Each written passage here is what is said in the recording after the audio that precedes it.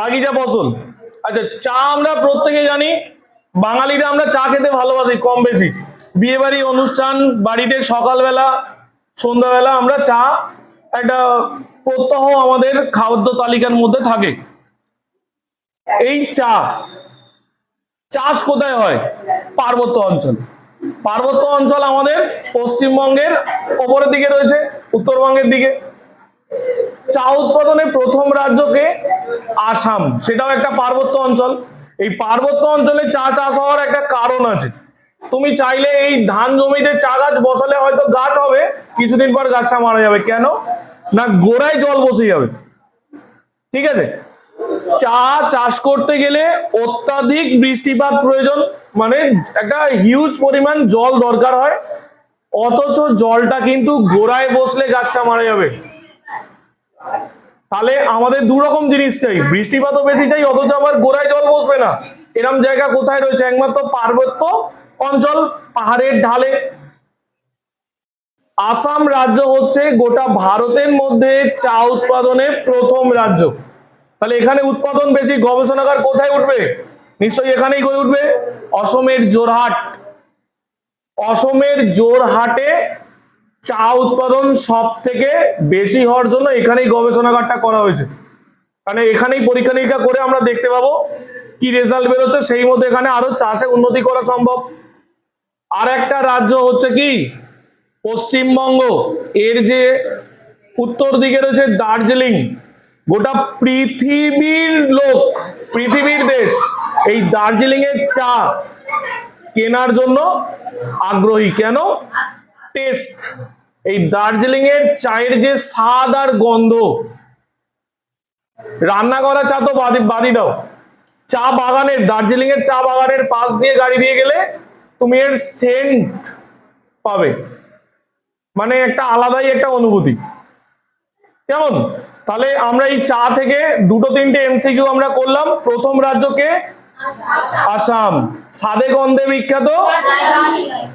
যদি দেখ কোন রাজ্যের চা স্বাদে গন্ধে বিখ্যাত, পশ্চিমবঙ্গ, জেলা হলে দার্জিলিং। মনে থাকবে, গবেষণাগার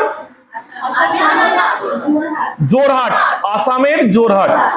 আর একটা এখানে কথা বলে রাখি, চা হচ্ছে বাগিচা ফসল, বাগানে চাষ করা হয়।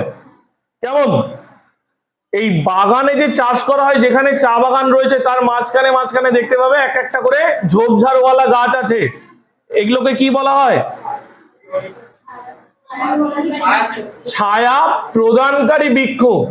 কেন না? সরাসরি সূর্যের আলো চা গাছ সহ্য করতে পারে না। সরাসরি সূর্যের আলো চা গাছ সহ্য করতে পারে না, সেই জন্য এর মাঝখানে মাঝখানে ছায়া প্রদানকারী বৃক্ষ থাকে। মনে থাকবে? আচ্ছা, আর একটা জিনিস, চা চাষে সব থেকে ভালো মৃত্তিকা হচ্ছে লৌহ মিশ্রিত পটজল। মনে রাখবে, প দিয়ে পাহাড়ি, প দিয়ে পটজল। তাহলে পাহাড়ি অঞ্চলের মৃত্তিকা আমরা দেখতে পাই প্রধানত পটজল প্রকৃতির, লৌহ মিশ্রিত। কেমন? এই বাগিচা ফসল বলতে গিয়ে আর একটা আমাদের সিলেবাসে আছে ফসল কফি। এটা আমরা শীতকালের প্রাধান্য বেশি দেখতে পাই, তাই তো? তাহলে এই কফিও একটা বাগিচা ফসল, এটাও বাগানে চাষ করা হয়। চায়ের সাথে অনেকটা মিল আছে। চায়ের পরিবর্ত পানীয় হিসাবে কফি ব্যবহার করি আমরা, তাই তো? কফিও পার্বত্য অঞ্চলে হয়, কিন্তু হচ্ছে কফি যে রাজ্যে বেশি উৎপাদন হয় সেটা হচ্ছে কি কর্ণাটক। ক দিয়ে কফি, ক দিয়ে কর্ণাটক। মনে থাকবে, কর্ণাটকের চিকমাগালুর। কি নাম বললাম?